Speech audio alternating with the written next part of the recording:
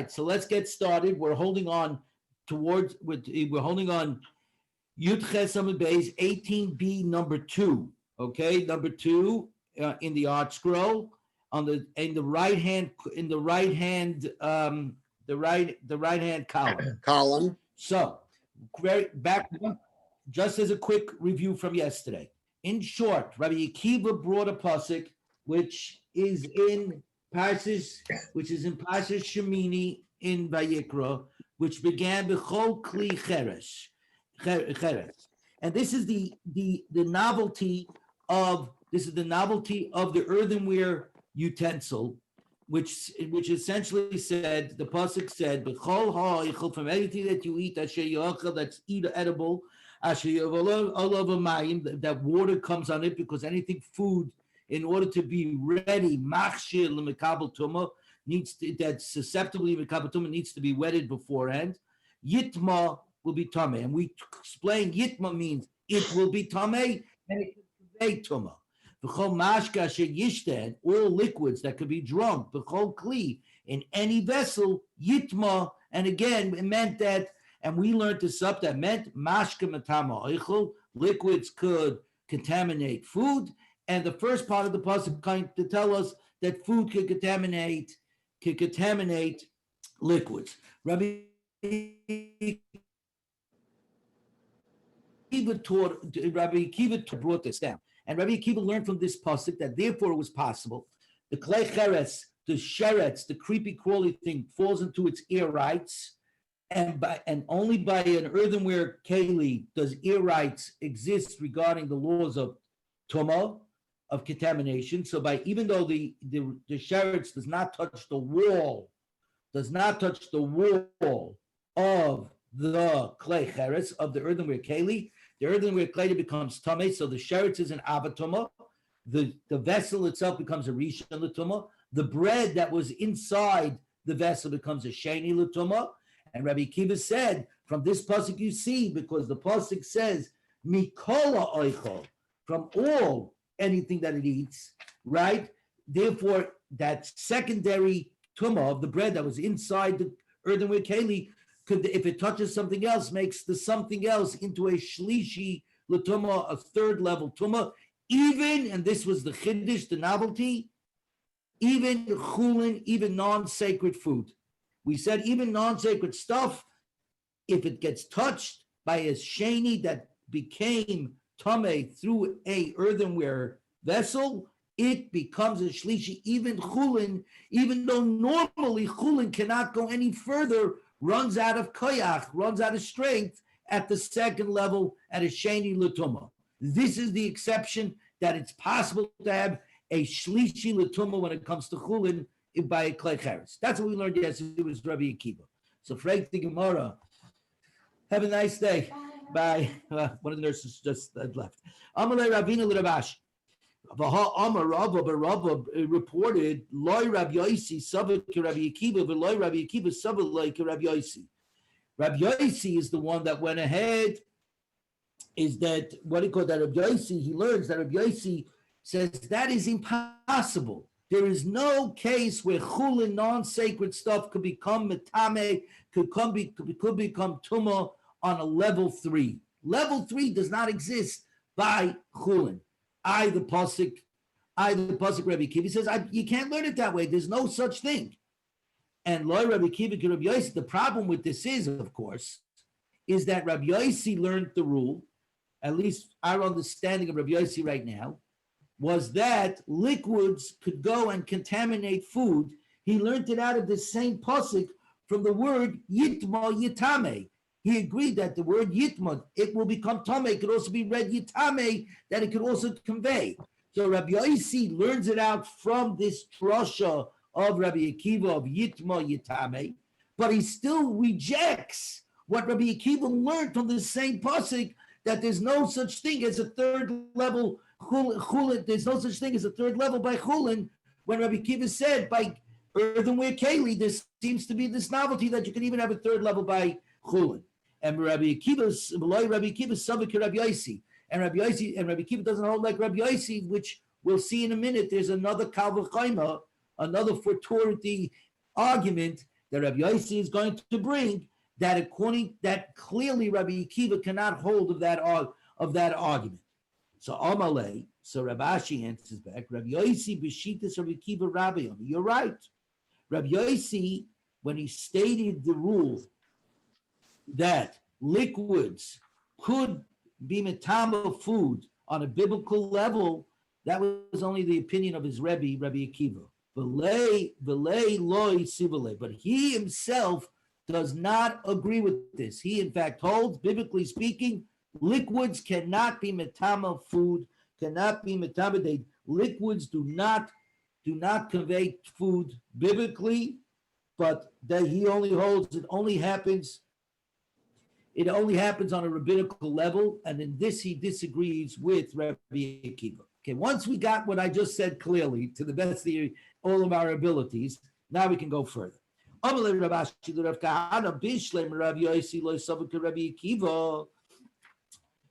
find that Rabbi Yossi does not agree with Rabbi Akiva because he says there is no way that a sheni l'tumah, a second level tumah, i.e. the bread that was inside the clay cheres, that was inside the earthenware vessel, can create, if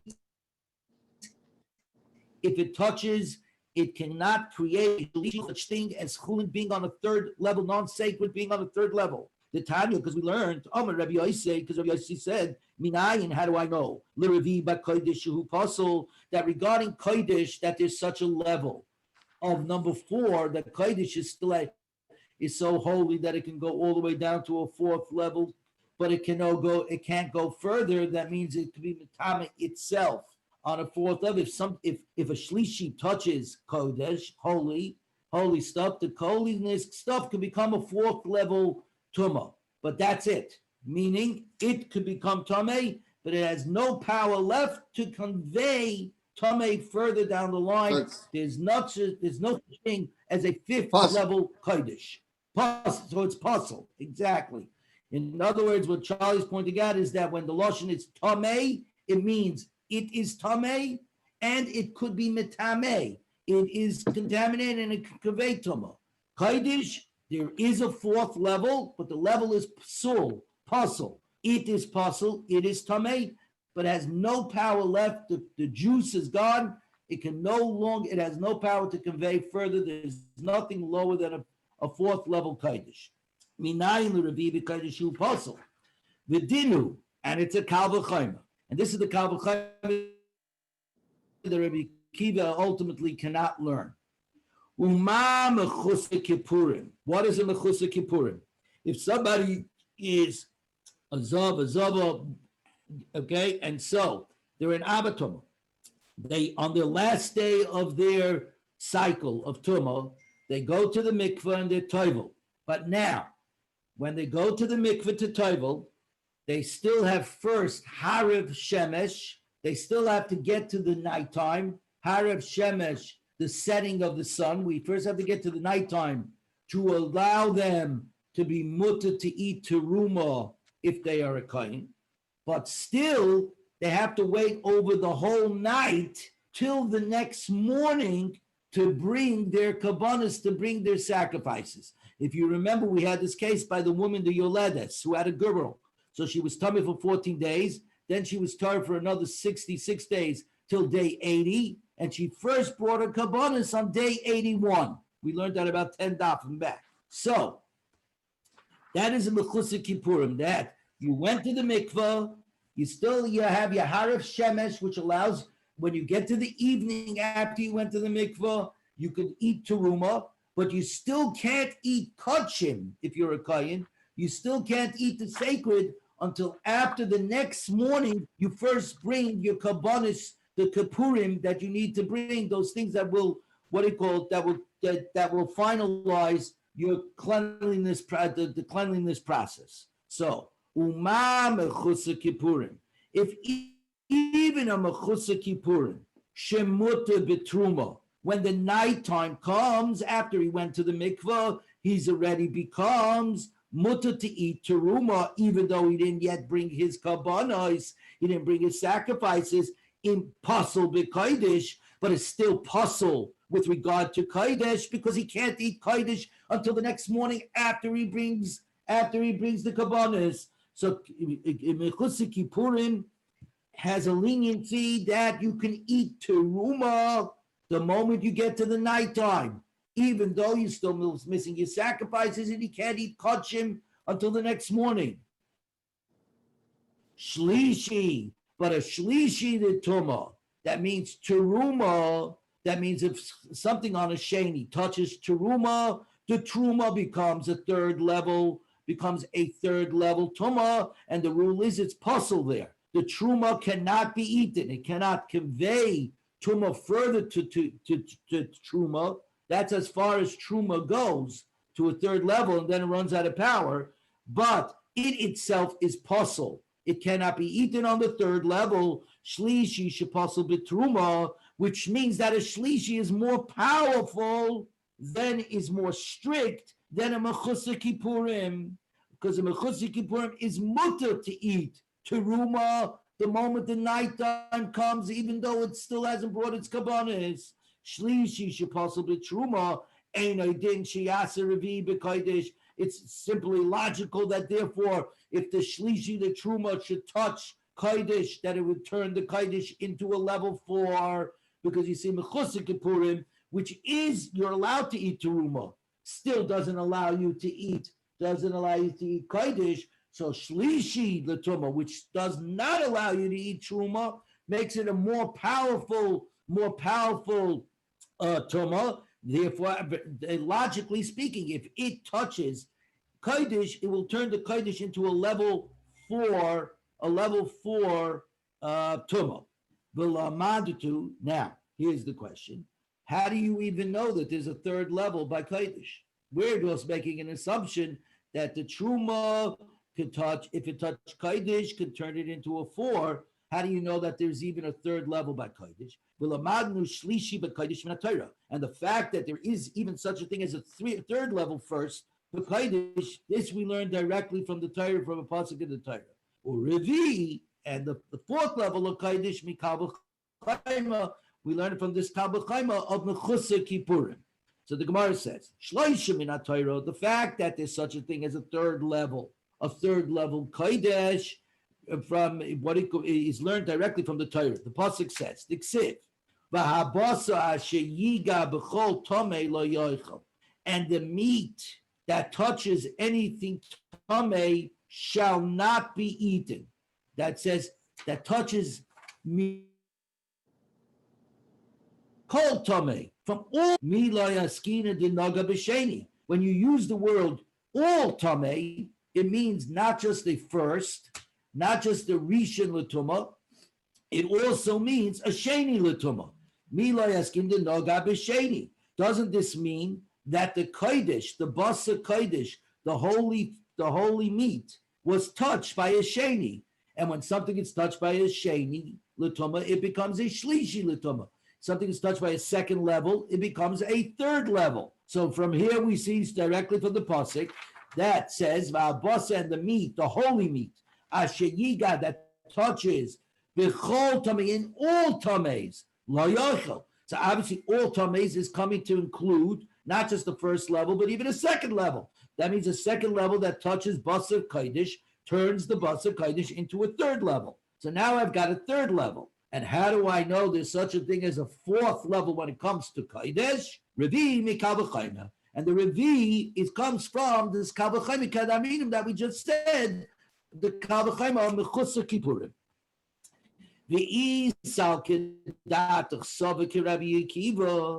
But if you want to say that Rabbi Yossi holds like Rabbi Akiva, that chulin, when it comes to the case of the clay cheres, of the earthenware, we learn from the earthenware vessel that it's possible for chulin to end up on a shlishi. Well, now, if chulin can end up on a shlishi, according to Rabbi Akiva, chulin is clearly a lesser thing, lesser strength than truma. Well, then logically, nitni nami revi b'truma. If chulin can be a 3, well, then you'd have to say that truma could fall to a 4th level truma. V'chamishi b'kodesh. And if truma is a 4th level, Kodesh, which is even holier, would need to have a fifth level of Kodesh. But we know that that's impossible. Nobody holds that. Chulin is a 2, Truma goes to a 3, and Kodesh goes to a 4. Chulin can go to a 3 because of the novelty of the Klei Cheres, that it has something unique that the sheretz, the creepy crawly thing, doesn't have to touch it. It can even in its ear rights be metamas, so it's a little stronger. Right? That's what Rabbi Akiva is saying. But if Rabbi Yossi held like Rabbi Akiva, based upon if you follow through on this Kal V'Chomer,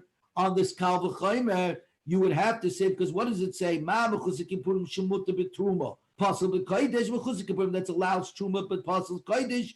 So then shlishi shepasul b'truma, einer din sheyasa revi b'kodesh. But if you follow that down, because you have to say, but if chulin could be on a third, then truma, which is certainly stronger, right? Which is certainly stronger, would need a fourth.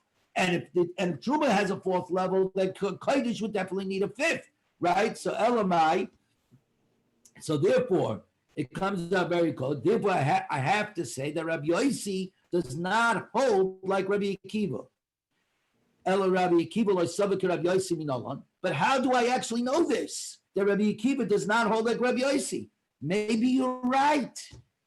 He holds like Rabbi Yossi, and based upon the Kal V'Chomer of Mechurim, Rabbi Akiva will say, since I hold that there's a possibility for chulin to fall to level 3, I therefore hold that therefore there has to be a possibility for truma to fall to a level 4 and for kodesh to fall to level 5. Maybe he does hold that. So says the Gemara, Amalei deloy lishtamit tana v'lisni revi b'truma v'chamisha b'kodesh.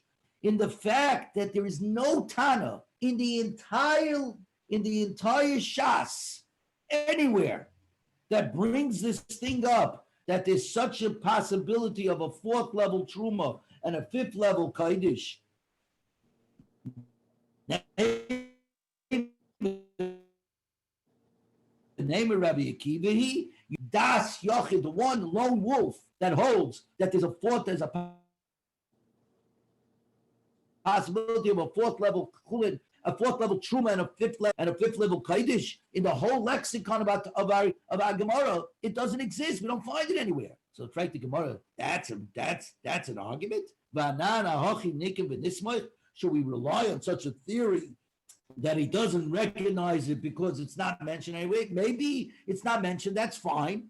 But we're dealing with 100 years after the Churban. It was a disaster.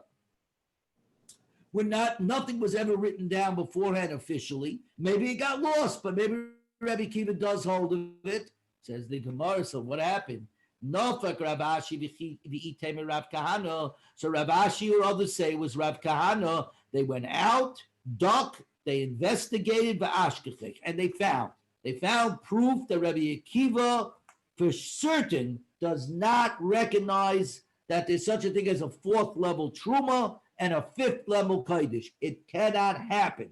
Kodesh stops at 4, truma stops at 3, chulin stops at 2, except for the exception of the case of the earthenware vessel. I'm sorry. Yeah, no. Charlie, you have a question? No, good. Perfect. Bahatina. What? Good. Okay. Bahatina.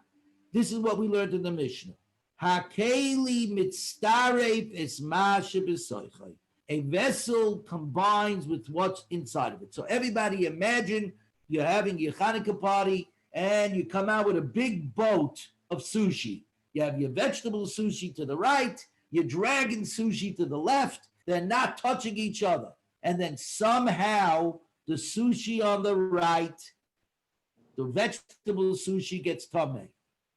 The halacha is because they're in the same vessel, all the food that's in the vessel, mitzaref, combines. So that if the vegetable sushi in the boat got tameh, the dragon sushi on the left side is ready tameh, even though it didn't touch the vegetable sushi, because as you know, the sushis can't touch each other. That's the halacha of Moshe Sinai, that sushis can't touch, right? You got the vegetable here, that over there. Now, the question, of course, is, well, wait a minute, that's no biggie, because the food, which became tamei, was touching the vessel, the boat. So, of course, the boat becomes tamei. On the other side. The answer is that's not true, because we know nowhere we do not find that. Okay, but this is what we're holding over here, that it does not. That okay, because food cannot contaminate kalim, even rabbinically, because Adam v'kalim, people and utensils, can only be biblically tamei on level 1. Remember, we said that Adam v'kalim, people and utensils, only become a tama by being touched by an av hatoma. That's it. They stop after level 1, which means food cannot contaminate. Which means if something falls on the vegetable sushi, the vegetable sushi becomes tamei. The keli that it's touching, the boat that it's touching, is not affected. It doesn't have any power to convey further. But the food that's on the other side of the same boat combines with it. This is a chiddush. The question is this combination rabbinical in nature, or is this rule about combination biblical in nature? That we're going to get to. A vessel combines with what's in it, so that food on one side, if it becomes tamei, contaminates the other food. And obviously the thing, in other words, we do not look at them individually, we look at them as one. And this rule that it combines is only l'kodesh avoloi l'truma. This is only talking about foods that are on kodesh, but not foods that are truma. And the same Mishnah goes on and says the following words: V'haravi b'kodesh pasul, v'ashlishi b'truma. And by the way, with regard to kodesh, when it gets to level 4, it's unfit, it's tamei for itself, but that's it. It can no longer convey. And the same thing with truma on the 3rd level. So we don't have to worry about the sushi. It's tamei, but it cannot convey first that anonymously. But continues, v'amar Rab Chia bar Abba, amar Rab Yochanan, me edosai shel Rabbi Akiva nishmeis mishnazu. It's on the basis of Rabbi Akiva's testimony that this Mishnah that we just learned was taught. It's not because we learned in a Mishnah. Hoisif Rabbi Akiva, soiles v'aketoiris v'alavona v'agicholim. Rabbi Akiva added that the flour of kodesh, the ketoiris, which is the incest, v'alavona and the frankincense, v'agicholim and the coals that are combined in one heap of kodesh, she'im nogat full yoim, but if a full yoim should touch him, what is a full yoim? Once again, somebody who went to the mikvah and all he has to do is wait for the nighttime to eat teruma.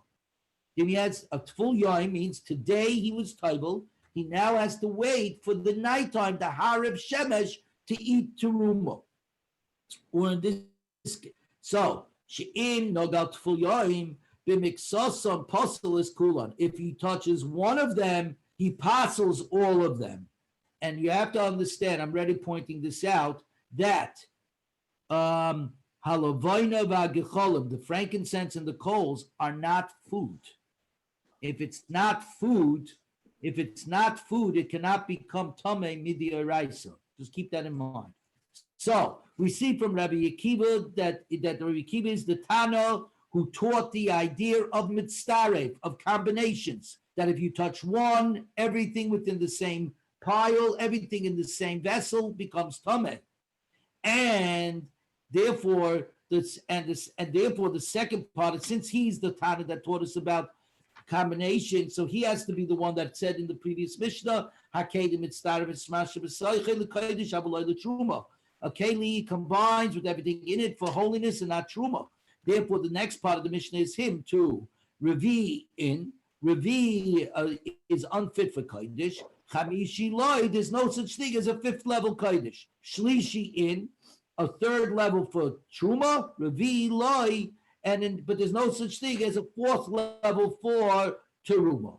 So therefore, we have proof that the Mishnah that we had before, which taught us Hakeli Mitzdarif is Masha B'Seichel LeKodesh Avodah L'Truma, had to be Rabbi Akiva, because it's Rabbi Akiva that brings the case by the Ketairis and the Silas and the Bnei Gecholim that they all combine. So it's Rabbi Akiva that is the one that teaches us the halacha combinations. And therefore, if he's the Tana at the beginning, he clearly is the Tana that also said the words Revi b'Kodesh Pasel, Shlishi b'Truma. So we see that Rabbi Akiva holds there's only a third level for Truma, there's only a fourth level for Kodesh. Chulin goes to a second level, except for the exception of Kli Cheres. Therefore, Rabbi Akiva cannot hold of the Kal V'Chomer of Rabbi Yossi's of Mechusik Kippurim.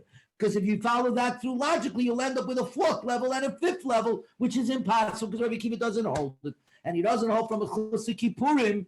What's his problem with, and you can't just say logically, but there is a Kal V'Chomer. But the answer is he breaks up the Kal V'Chomer very simply, because a Mechusik Kippurim is somebody that was Tomei as an Av HaTomah.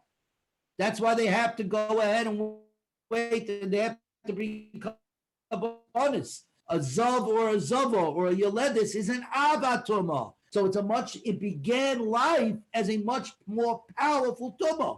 So you can say, since it's much more powerful so regarding anything else that's Tomei, not as from an Ava Tomah, but became Tomah from a Rishon or a Sheni, right, is not as powerful. So therefore, this connection is not as good. So therefore, Rabbi Akiva breaks up, says, I don't hold of this Kal V'Chomer. Good. So now that we're talking about that, Rabbi Chia Bar Abba brought in the name of Rabbi Yochanan, that Rabbi Yochanan brought, that essentially said that it's Rabbi Akiva that taught us what? That Rabbi Akiva taught us there's this rule of mitzdarev, combination, that if food on one side of the boat gets tamei, it combines with all the other foods to contaminate all the foods in the same vessel. Says the Gemara, Alma Kesavat Tziruf Rabbanon. Therefore, Rabbi Yochanan is clearly saying this idea of combinations is only a Tumah D'Rabbanon, because like I pointed out before, the Gecholim, the coals, and the Levina, the frankincense, are not food.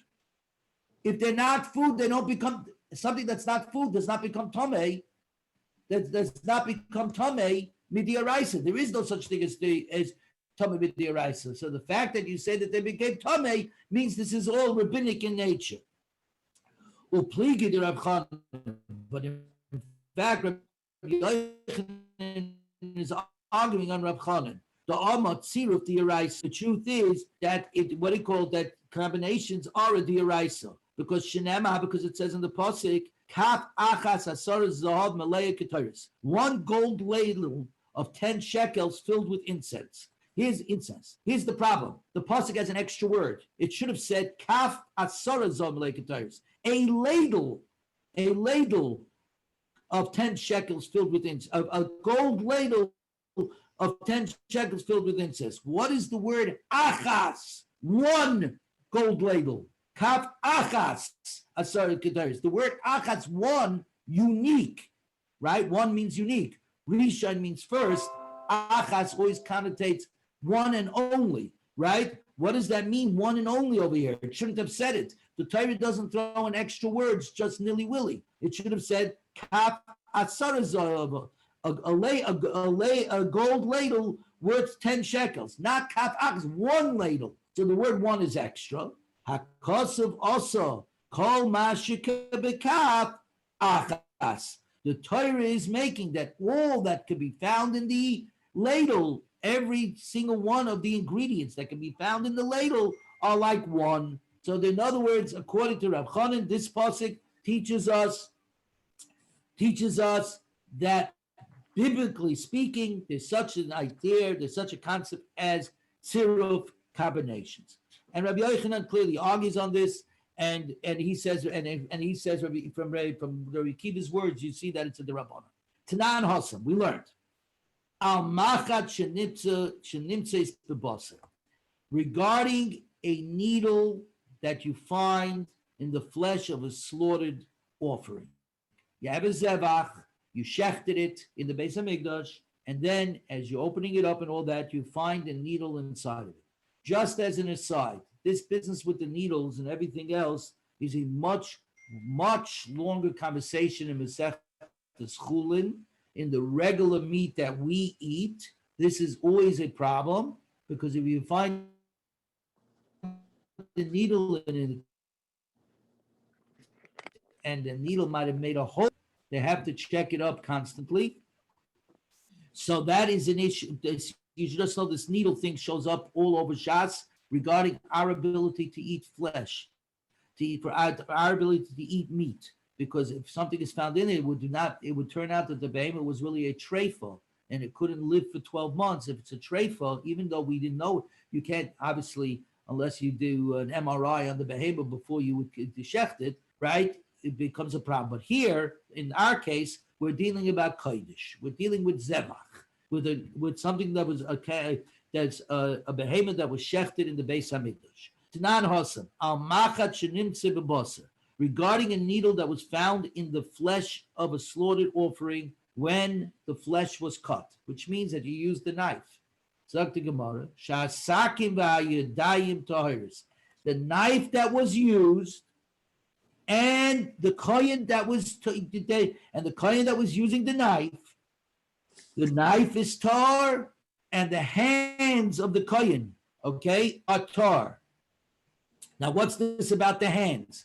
The Rabbanon always were concerned about hands. Hands go everywhere.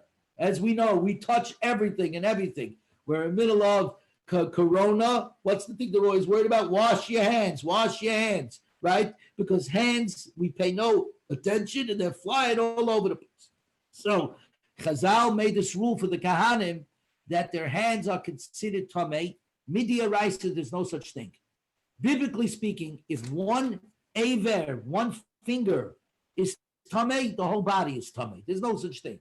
But the Rabbanim put in that the hands, rabbinically, hands are separate, almost like a separate unit, right? So, which today we understand better because, like I said, Corona, you understand that the real biggest problem that we have is our hands, right? And where they go and what they touch.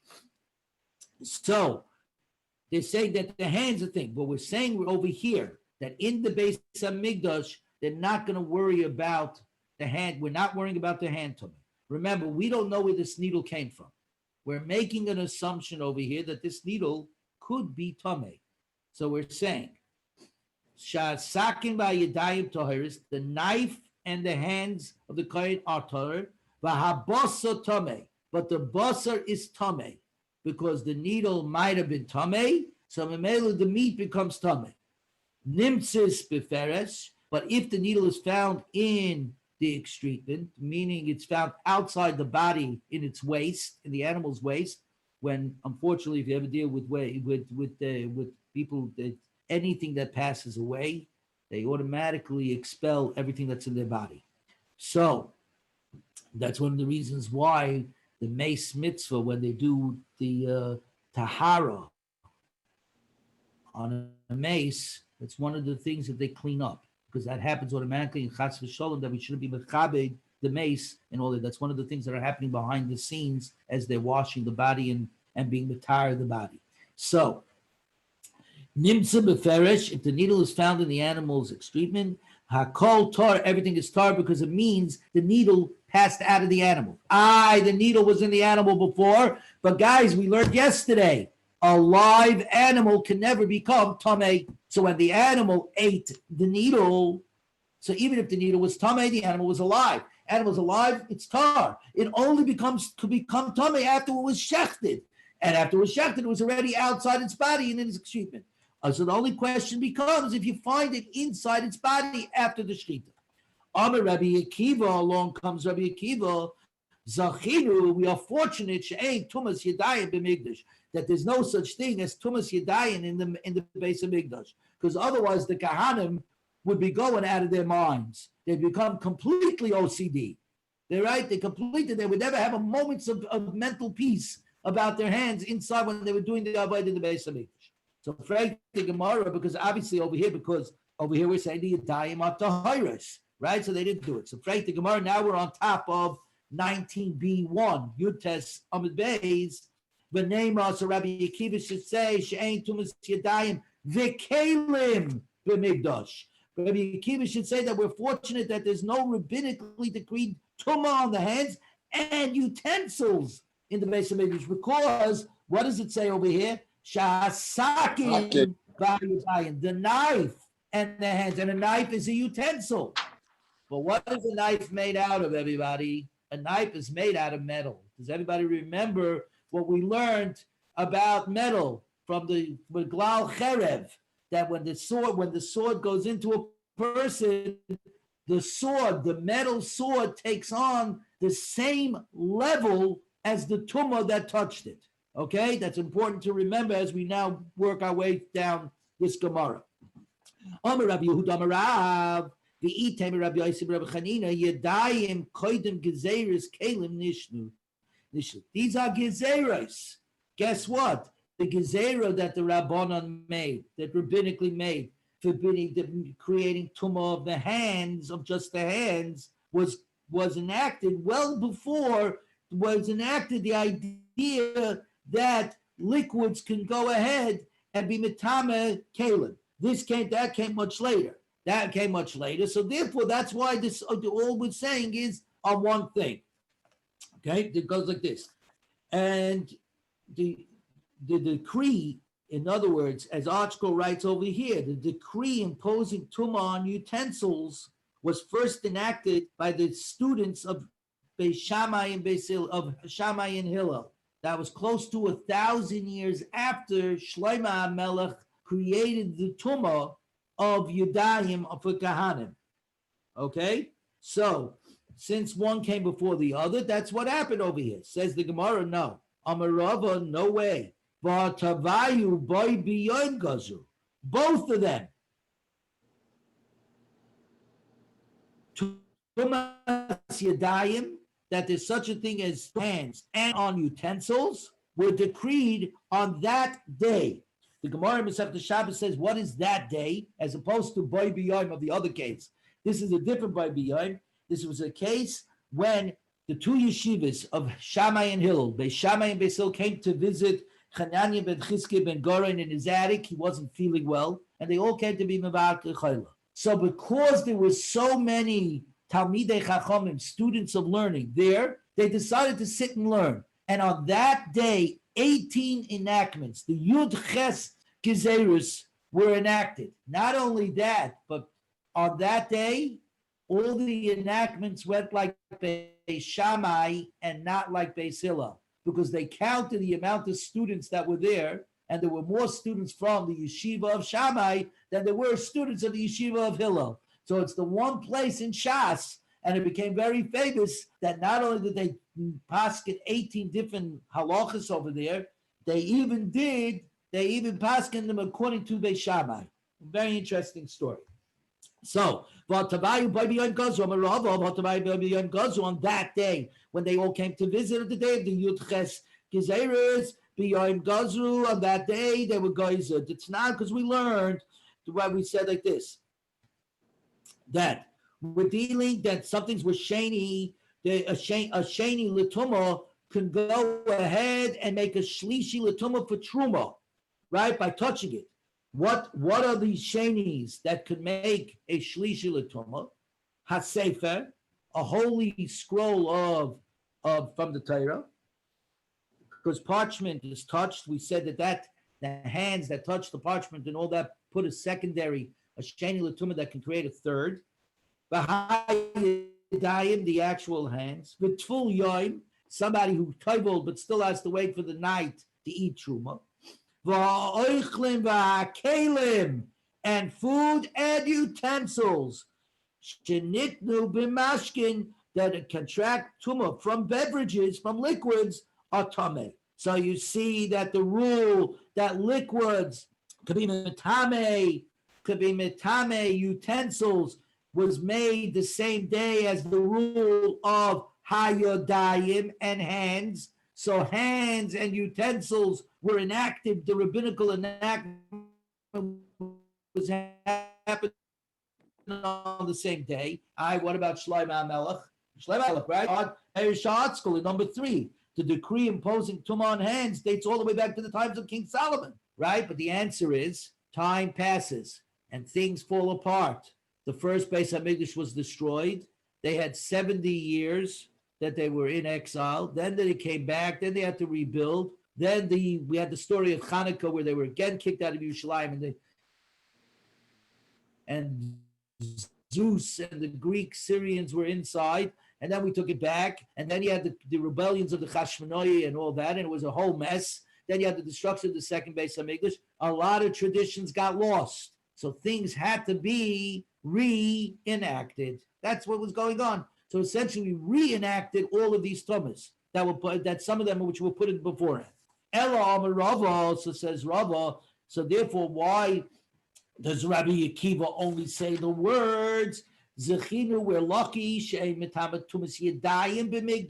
that there's no rabbinically declared tumah in the Beis HaMikdash, and he doesn't say kalim and utensils, that there's no rabbinically decreed tumah on utensils as well.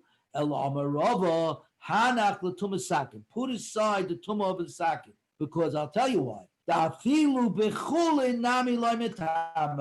Because not just by because I'm going to let you know that even by chulin it's not metama. How do you see? High sakin did not give a man. How did this knife touch? What did it touch that you might have assumed that it became tummy? If you want to say that it touched the flesh of which the needle was found inside the animal, excuse me, food cannot contaminate kalim. Only an avatuma can be mitama kalim, adam kalim, people and kalim. It cannot be mitama lower down. Elo the noga b'machat. Rather, you want to say that the knife touched the needle itself. Ha'ein keli mitama keli. Excuse me, a keli cannot be mitama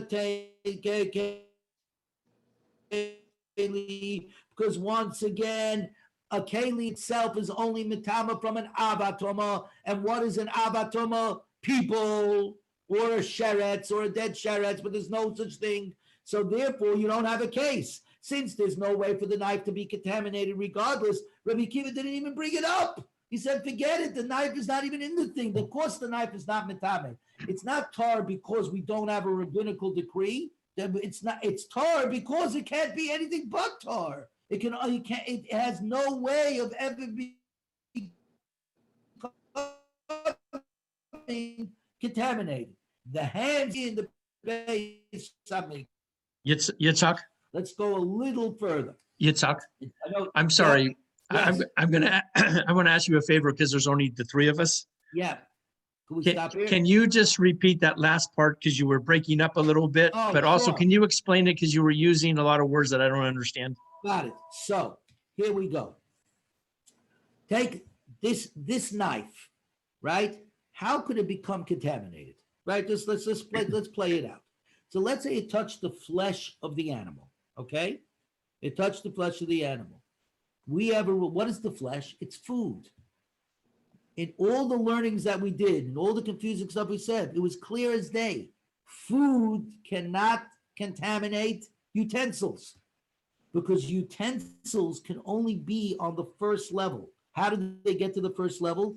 By having touched a avatuma, a father of tuma. What is an avatuma? An avatuma is always people who saw a bodily emission or one of those 8 creepy, crawly things. No, nothing over there is a utensil. So utensils only become contaminated first at the first level. And that's it. They can't go further. So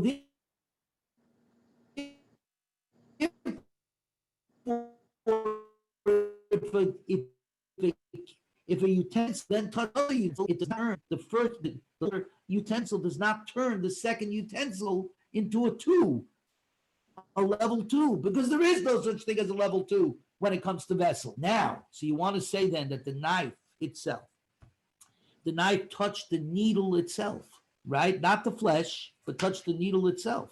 But we have a rule that, once again, what is the needle? The needle is also a vessel. Ultimately, that's what it is.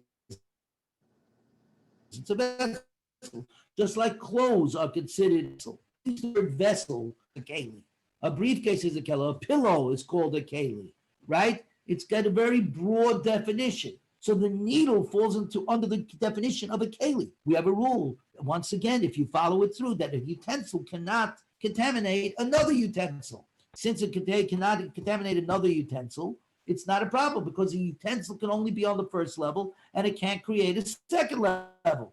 Therefore, you can never find a case, in this case, that the knife that slaughtered this animal, neither from the flesh, because food cannot contaminate a vessel, and or even if it touched the needle when it's slaughtered, a needle, which is a vessel, cannot contaminate another vessel. So there's no case in which this knife could ever be but pure, uncontaminated. There's no way for this knife to become contaminated. Since there's no way for this knife to be contaminated, Rabbi Akiva didn't bring it up. He said the reason why it's tahar, it's pure, is not because there's no rabbinical enactment. It's because it never has the possibility of ever becoming tameh.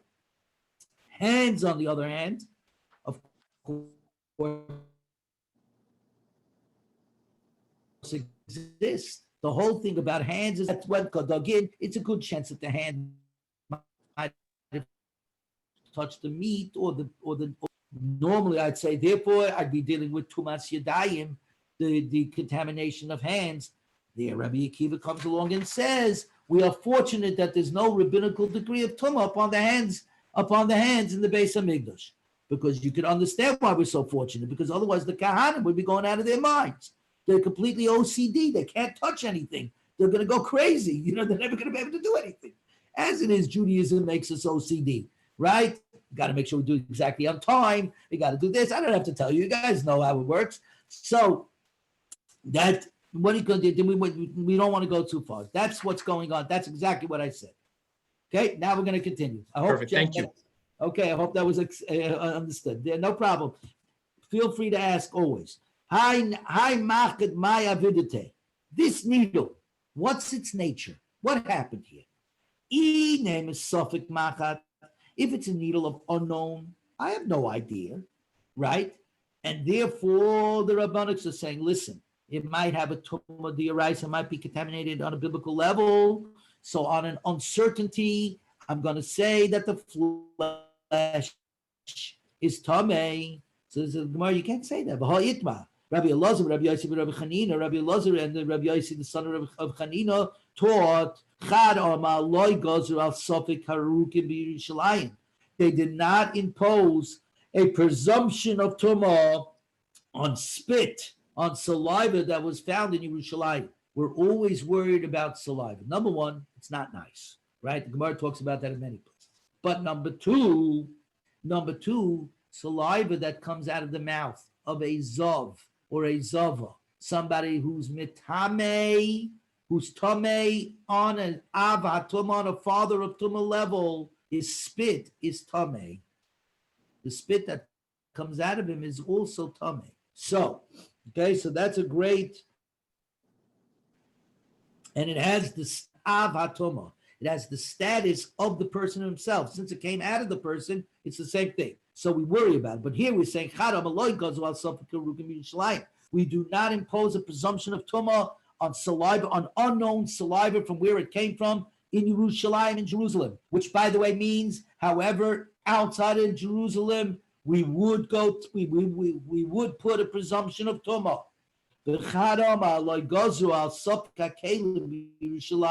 And in the second one says, we go further, I did not impose a presumption of tumah on unidentified utensils that are found in Yerushalayim.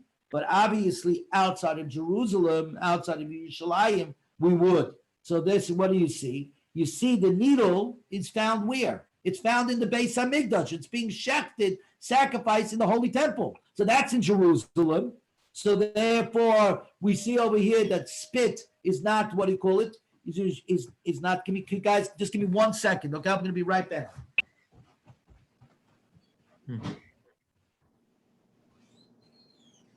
How you doing, Charlie? Good. Good. I gotta help my wife Sorry out soon. about that. Somebody- I'll tell you about it. We got a new I'm golf right back. ball. Yes, I gotta sink it. Right. Good. Guys, we're going to be finishing in about 1 minute. Okay, so the Gemara says, I'm going to be the Marav. What are we talking about? Not we're dealing in a case where one lost the needle. Guy lost the needle.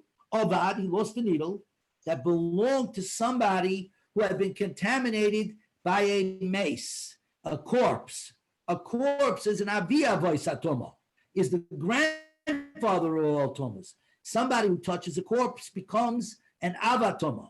So, and then avatoma touched this needle. If the what he called the needle would be a rishon letoma, vakira bebasa. Then he recognized it in the flesh of the basa. Then the needle contaminates the flesh because it is an avatoma. The needle is an avatoma.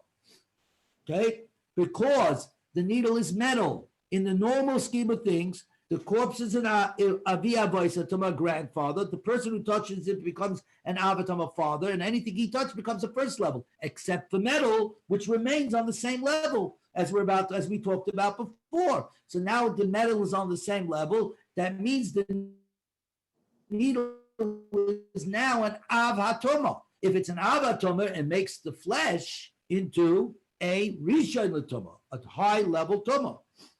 Okay, so therefore the needle contaminates the flesh because it's an avatoma, and that would be a diaraisa. Rabbi Yosi b'Rabbi Amin no. Kigoin shahoisa paras chasuma uba michutz Yerushalayim. It was a case where the cow was muzzled continuously from the time it was brought from chutz, from outside of Yerushalayim into Yerushalayim, in order to be shechted, in order to be brought into Beis Hamikdash. So that means he swallowed the needle before he came into Yerushalayim. If you read the words over here, like gazu al safek harukim be Yerushalayim. We didn't geyser on spit that was in Yerushalayim, but that meant that spit outside of Yerushalayim we would be geyser. We weren't geyser on kalim, on utensils in Jerusalem, but anything outside of Yerushalayim we were geyser. Since this cow was muzzled the entire time, it means the needle that you found in there he swallowed it outside of Yerushalayim, outside of Jerusalem. We are chayshid on an uncertainty. We assume that it was tumah, and that's why it's different. Since the needle was originally, it's tumah out of doubt. Very good. This is where we're stopping. We're at Gufa, and we'll pick it up. We're at the 2 dots.